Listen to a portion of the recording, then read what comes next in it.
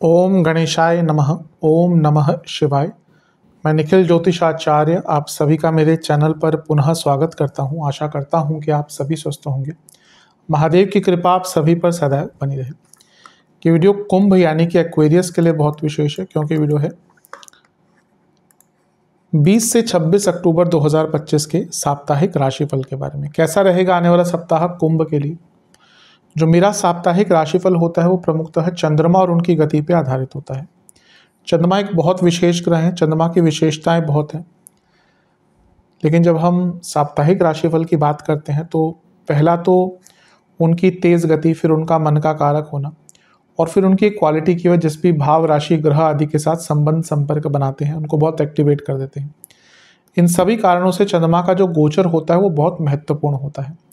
चंद्रमा के गोचर से हमारे मन, मस्तिष्क, विचार, स्वभाव, सोचने के तौर तरीके, mood swings, emotional ups and downs, day to day activities, निर्णय लेने की क्षमता बहुत प्रभावित होती है। और उसको समझने के लिए साप्ताहिक राशिफल अति विशेष होता है।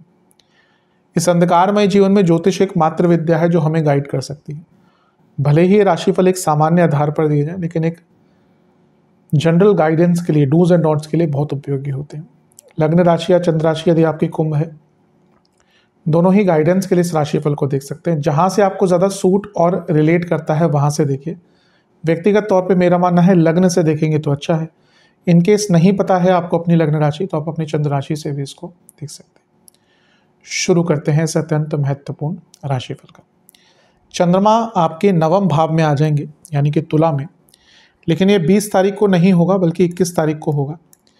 20 तारीख को चंद्रमा आपके अष्टम भाव में रहेंगे, और वो विवेचन हम कर चुके हैं। तो जो पहला गोचर होगा वहीं से स्टार्ट करेंगे। तो 21 तारीख को सुबह 10 बजे तुला में आ जाएंगे, और 23 तारीख रात के 11 तक यहीं पर रहेंगे।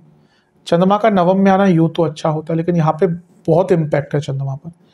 बुध के साथ हैं, मंगल के साथ हैं, सूर्य के साथ हैं, और राहु की दृष्टि है। ये बहुत विशेष नहीं माना जाता। हाँ, अच्छी चीज़ ये है कि नवम में आते हैं तो भाग्य थोड़ा साथ देता है। नवम से केंद्र के स्वामी है, छठे घर के स्वामी है, तो रुके कार्य बनते हैं। चंद्रमा छठे घर के स्वामी है और उनकी सूर्य के साथ युति है, तो ये मैरिड लाइफ के लिए अच्छी नहीं होगी, क्योंकि सप्तम से 12वें के स्वामी और सप्तमेश साथ में बैठे हैं, और ये अमावस्या दोष भी है। तो बॉसेस से भी झगड़े हो सकते हैं, और पिताजी की सेहत पे बिगड़ सकती है। चंद्रमा मंगल के साथ हैं, जो 2 उपचे भावों के स्वामी हैं, तो ये करियर के लिए अच्छा हो सकता है, रुके हुए कार्यों के लिए अच्छा हो सकता है। और चंद्र मंगल योग अपने आप में ठीक ही होता है। लेकिन चंद्रमा की बुध के साथ युति अच्छी नहीं होती। ये कन्फ्यूजन भी क्रिएट करते हैं, और क्योंकि बुध आपके अष्टमेश हैं, तो ये फिर से संतान से संबंध खराब कर सकता है, पिता से संबंध और बॉसेस से संबंध। और राहु का प्रभाव इस कन्फ्यूजन को अलग ही लेवल पर लेके जाएगा। तो हफ्ते का जो शुरुआती भाग है, या पहला ये जो भाग है, ये बहुत ज़्यादा अच्छा नहीं दिख रहा, थोड़ा मिश्रित प्रकार का ही दिख रहा है। तो इस पर बहुत नियंत्रण रखना है, क्योंकि ये सारे ग्रह मिलकर तीसरे घर को देखेंगे, तो आपको अपनी उत्सुकता पर, अपने उत्साह पर भी थोड़ा सा नियंत्रण रखना है। नवांश कुंडली बता रही है कि एक्सेप्टेंस रखिए, जहाँ पे गलती होती है मानिए, जो नहीं कर सकते मना कर दीजिए। दशांश कुंडली कार्य क्षेत्र में कम बोलिएगा, बॉसेस से बड़ी झड़प हो सकती है। बिजनेस में मैं यही कहूँगा कि ना, बहुत रिस्क मत लीजिएगा इस टाइम पे। लव लाइफ, कमिटमेंट इश्यूज दिख रहे हैं, काम कीजिए इस पे। वैवाहिक जीवन, एक ही परेशानी है कि ना, आप एक दूसरे को बहुत ज़्यादा फॉर ग्रांटेड ले रहे हैं, और इससे बचना पड़ेगा। स्टूडेंट्स, कंफर्ट जोन से निकलिए, हाथ से निकल जाएगा समय। सेहत की जहाँ तक बात है, आपको जोड़ों का दर्द, हड्डियों की प्रॉब्लम और बीपी की प्रॉब्लम तंग कर सकती है। सर्वाष्टक में आपका सप्तम भाव बली है। मैरिड लाइफ पर खास ध्यान दें, दिक्कत आ सकती है। बिजनेस भी करते हैं तो अपने नाम को, पहचान को बचा कर रखें। 23 अक्टूबर रात के 11 बजे के आसपास चंद्रमा आ जाएंगे आपके 10वें घर में, यानी कि वृश्चिक में, और 26 अक्टूबर सुबह के 11 तक यहीं पर रहेंगे। 24 को बुध का गोचर हो जाएगा, और वो क्योंकि चंद्रमा के साथ ही होंगे और कुछ ही अंतराल में ये गोचर होगा, तो उनको भी मैंने अंकित कर दिया है। 10वें घर के चंद्रमा वैसे अच्छे ही माने जाते हैं, नीच के हैं तो उसका कुछ प्रभाव आएगा, लेकिन दो उपचे भावों का मिलन हो रहा है तो काम आगे बढ़ेंगे।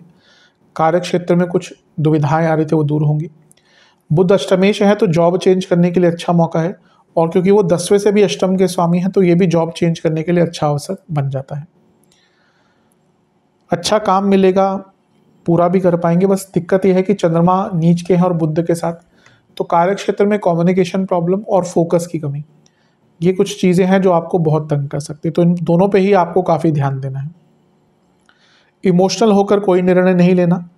गुरु का प्रभाव है, वो धन लाभेश भी हैं, धनेश भी हैं, कोई रुका हुआ पैसा आ सकता है, भाग्य का भी साथ और प्रोटेक्शन भी मिलेगी, लेकिन फोकस की कमी और कम्युनिकेशन प्रॉब्लम, ये कुछ चीज़ें हैं जो अवश्य तंग कर सकती हैं। नवांश कुंडली बताती है कि धन आ सकता है। दशांश कुंडली, कार्य क्षेत्र में ज़्यादा अथॉरिटेटिव बनने की कोशिश मत कीजिएगा, डोमिनेटिंग मत बनिएगा। बिजनेस में फोकस हटेगा और नुकसान होगा, फोकस बहुत ध्यान दीजिएगा।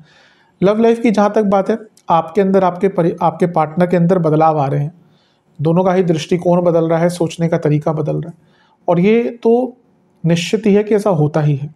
तो उसके अनुसार अपने आप को चेंज कीजिए और अपने आप को मोल्ड कीजिए उस चीज़ में। वैवाहिक जीवन आप बहुत रूड भी रहेंगे और बहुत आप स्टबन भी हो सकते हैं और इसके कारण दिक्कत होगी, ध्यान दीजिएगा। स्टूडेंट्स, आप थोड़ा सा अपनी इमोशनल लाइफ को ठीक करिए क्योंकि वहीं पे दिक्कत है, ये टाइम इमोशनली अच्छा नहीं होगा। सेहत की जहाँ तक बात है, आपको हड्डियों की प्रॉब्लम, स्किन डिसऑर्डर और कफ रोग। सर्वाष्टक में आपका सप्तम भाव ही बली है।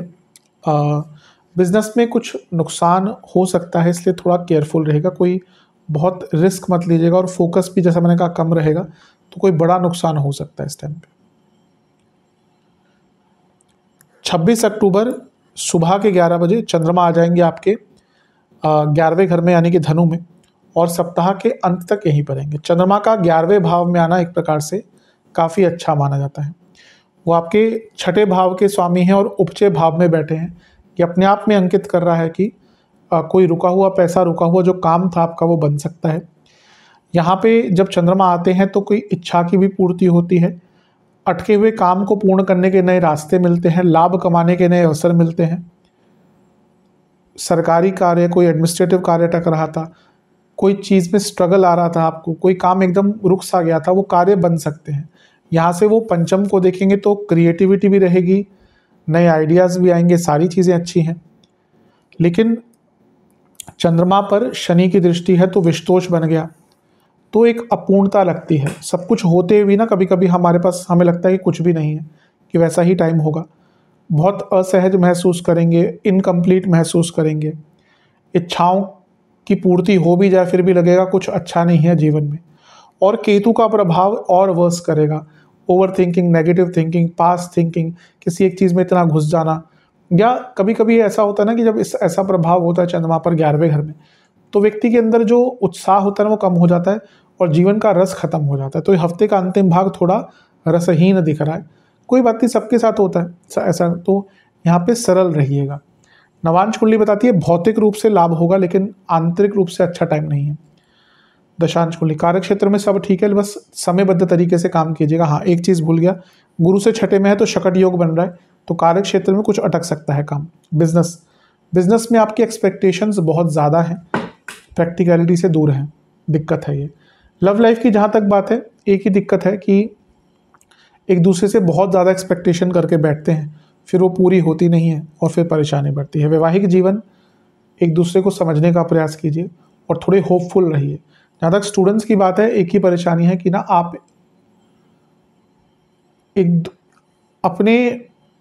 अपना खुद का रास्ता खुद चुन नहीं पा रहे, आप बस दूसरों को देख के ही सब कुछ कर रहे हैं। तो स्टूडेंट्स को मैं यही कहूँगा कि अपना रास्ता खुद बनाने की कोशिश कीजिए, किसी को ब्लाइंडली फॉलो मत कीजिए। ठीक है, आप इंस्पायर हो सकते हैं, आप सीख सकते हैं, ब्लाइंडली फॉलो करके नहीं आगे बढ़ सकते। सेहत की जहाँ तक बात है, इन्फेक्शंस, इन्फ्लेमेशन, लोअर बॉडी में दिक्कत। सर्वाष्टक में आपका 4था घर अत्यंत बली है, जो अपने आप में बता रहा है कि इमोशनल लेवल पर थोड़े अप्स एंड डाउन्स आ सकते हैं। उपाय के स्वरूप में आपको हनुमान चालीसा का 1 बार पाठ करना है और ओम रवि पुत्राय नमः मंत्र का 21 बार जाप करना है। आशा करता हूँ कि वीडियो काम आएगा। चैनल पर नए हैं सब्सक्राइब कीजिए, वीडियो को लाइक कीजिए। मिलता हूँ अगली वीडियो में, तब तक के लिए ओम नमः शिवाय।